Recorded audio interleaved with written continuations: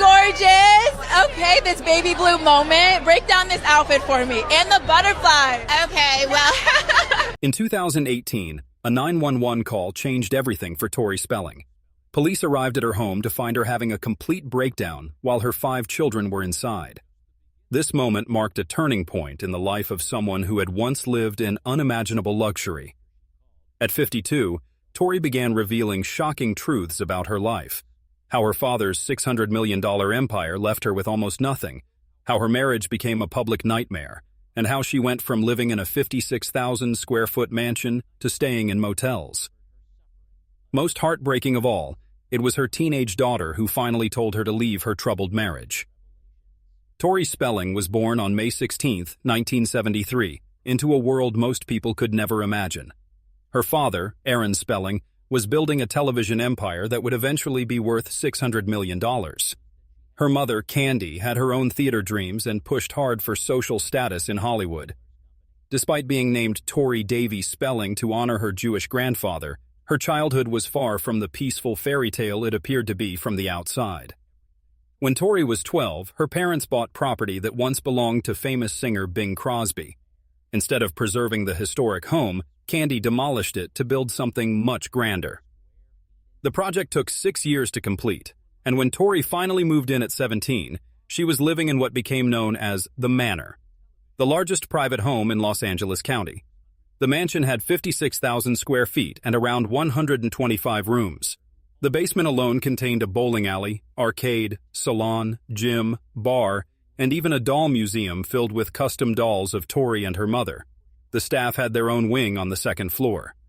Despite all this luxury, the house never felt like home to Tori.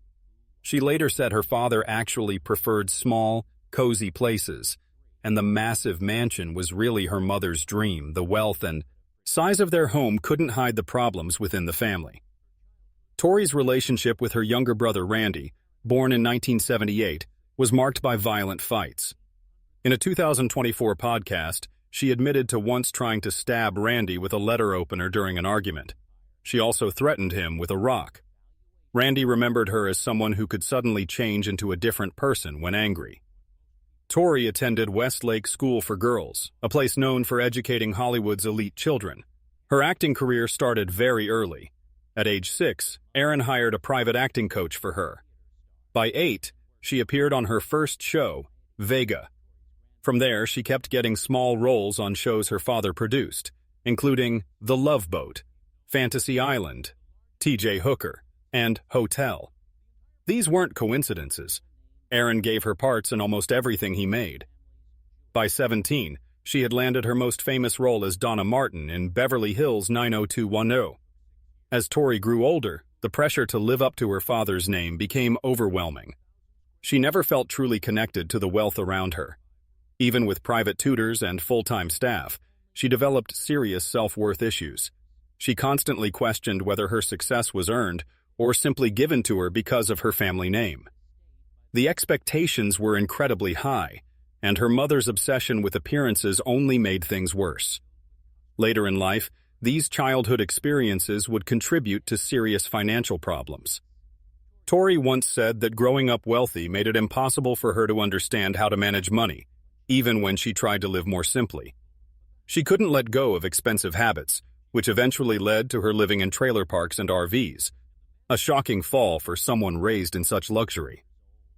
When Tori auditioned for Beverly Hills 90210, she didn't use her real last name because she didn't want people to know she was Aaron Spelling's daughter. Despite trying to hide her identity, she still landed the role of Donna Martin. From 1990 to 2000, she played a sweet, innocent teenager with strict parents and strong moral values.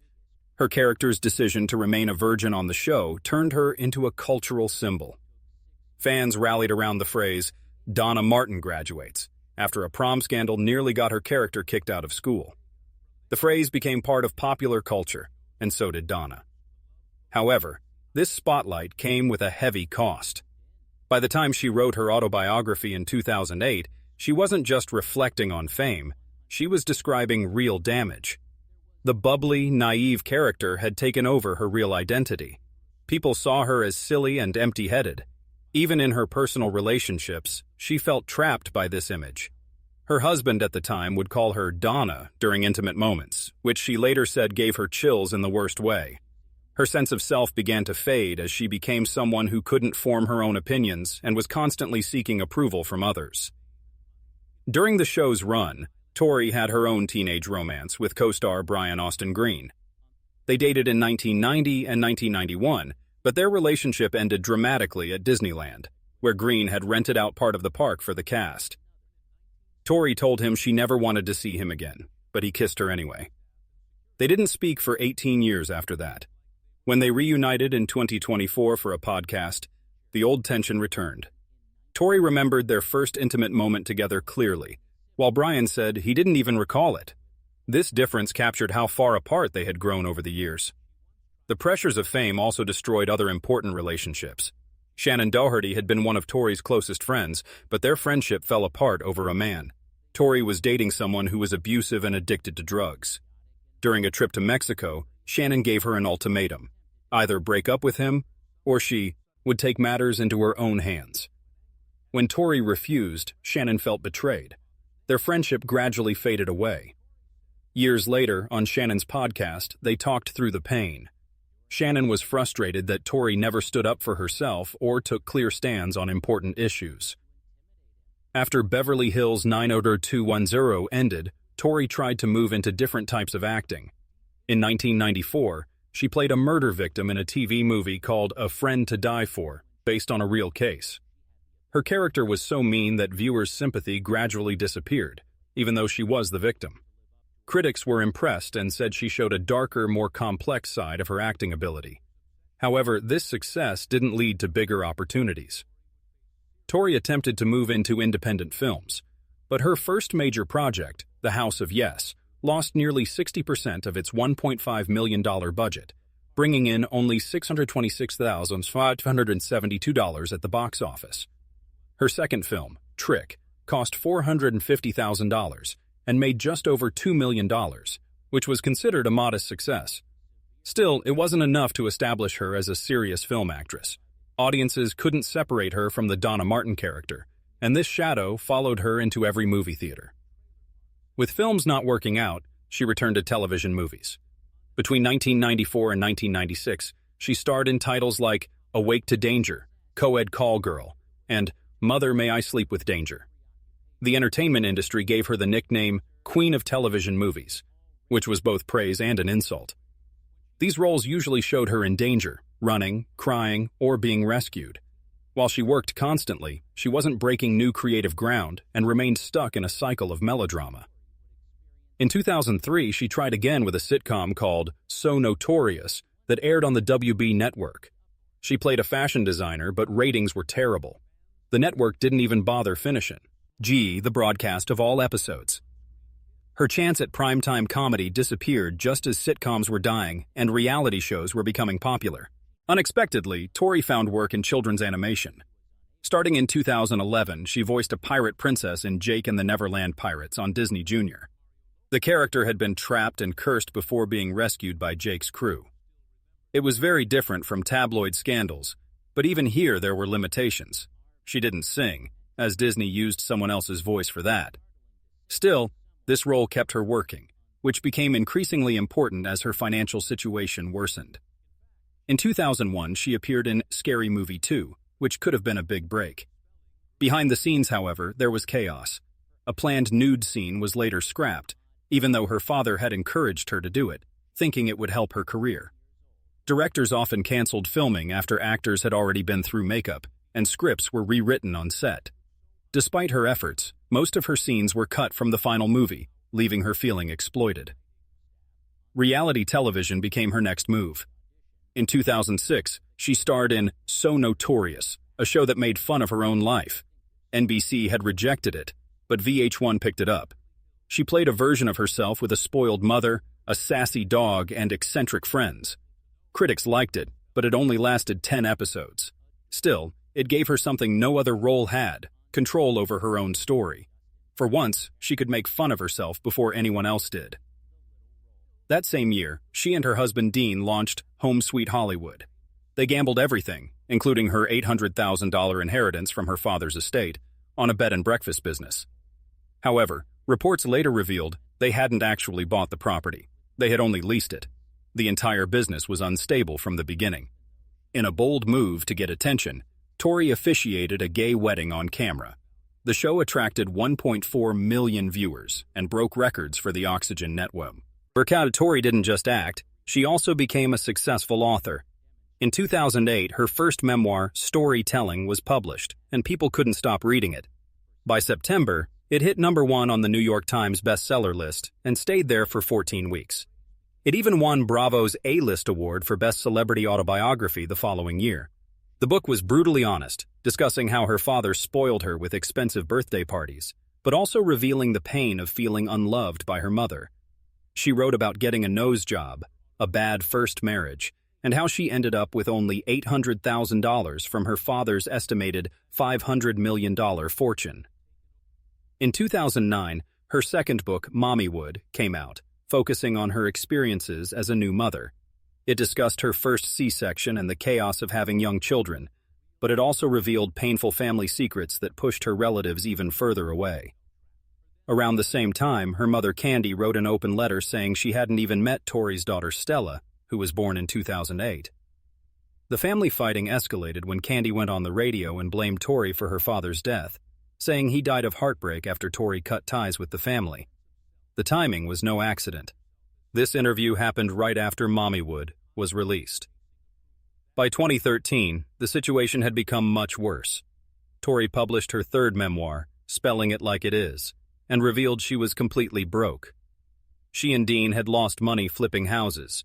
Their $3 million house in Encino sold at a loss, and their Malibu place went for $200,000 less than they paid. Their reality show on Oxygen got canceled, and when Dean wanted a vasectomy, their business manager had to tell him they couldn't afford it. She admitted to spending too much money, especially on clothes, toys, and crafts for the children. While pregnant with her fourth child, she spent 10 weeks in the hospital, and the medical bills piled up. In 2020, something unexpected gave her new life. Tori launched a podcast with Jenny Garth called 90210MG, returning to their Beverly Hills 90210 roots. The show became her lifeline. While Jenny barely remembered filming details, Tori remembered everything, making her the anchor who told the real behind-the-scenes stories. The timing was significant.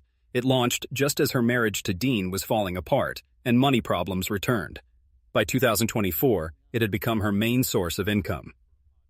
Tori's personal life had been filled with scandal long before the podcast. She married Charlie Shanian on July 3, 2004, but 15 months later, it was over. In July 2005, while filming Mind Over Murder in Ottawa, she met Dean McDermott, who had been married for 12 years to actress Mary Jo Eustace. That same night, Tori and Dean began an affair. She later said it was instant love. She saw his wedding ring and knew she had a husband too, but it didn't matter. She felt no guilt, just an overwhelming feeling that she had to be with him. That one night destroyed 2 marriages and started years of chaos. Motherhood brought both love and fear. Tori had 5 children through 5 C-sections. Liam in 2007, Stella in 2008, Hattie in 2011, Finn in 2012, and Beau in 2017. The birth of Finn nearly killed her. At 20 weeks pregnant, she was diagnosed with placenta previa and bled 9 times during the pregnancy. One morning, she woke up to blood running down her legs. The condition got worse with each pregnancy, and doctors warned her that back-to-back C-sections made recovery much harder. Finn had to be delivered in an emergency, and 3 weeks after Beau was born, she was rushed to the hospital again for surgery. The most painful blow came after Tori Spelling died in 2006. The man behind some of television's biggest shows left behind an estimated $500 to $600 million fortune. Tori inherited just $800,000 after taxes, less than 0.2% of the total. Her mother received the rest. The public assumed there must be more to the story, and there was. Candy later said that Tori's silence had killed Aaron, telling a radio show that her daughter had cut them off. Dean McDermott called it cruel, saying a mother should never abandon her daughter and grandchildren like that. Tori thought the money arrangement was designed to force them to repair their relationship, but instead, it left a wound that never healed. By 2023, the damage inside Tori's marriage had become impossible to hide. It was their daughter Hattie, just 13 years old, who finally said what no one else could. She walked up to her mother and asked, "Have you ever thought about being with someone else? Someone who treats you right?" That one question changed everything. Tori was stunned. Hattie was scared to bring it up, but she had seen the drinking and the fights. Tori later admitted that staying together had become more damaging than separating. She thought keeping the family together was best for the children, but in the end, it hurt them more. Hattie gave her the clarity she couldn't find on her own. The pressures of fame and financial stress led to several frightening incidents. On a warm June morning in 2011, while pregnant with her third child, Tori was driving her two young children to school when paparazzi began chasing her car through Los Angeles streets. In her panic, she lost control and crashed straight into a school wall. Her car was wrecked and the property was damaged, but what made it worse was the photographer's reaction. Instead of helping, he got out and kept taking pictures. 10 school mothers ran over to chase him away. 7 years later, in March 2018, everything crashed down again. At 7:00 a.m., police showed up at Tori's house in Woodland Hills after someone called 911, saying she was having a complete mental breakdown. She wasn't violent, but she was hysterical and falling apart with her 5 children in the house. Stress had built up from every direction. Credit card debt, lawsuits, tax liens, and constant fights with Dean. The night before, she had called police herself, thinking someone was breaking in, but it turned out to be Dean. That morning, he was the one who called for help. Tori had reached a breaking point from taking care of everyone else while forgetting to care for herself. Financial problems continued to mount.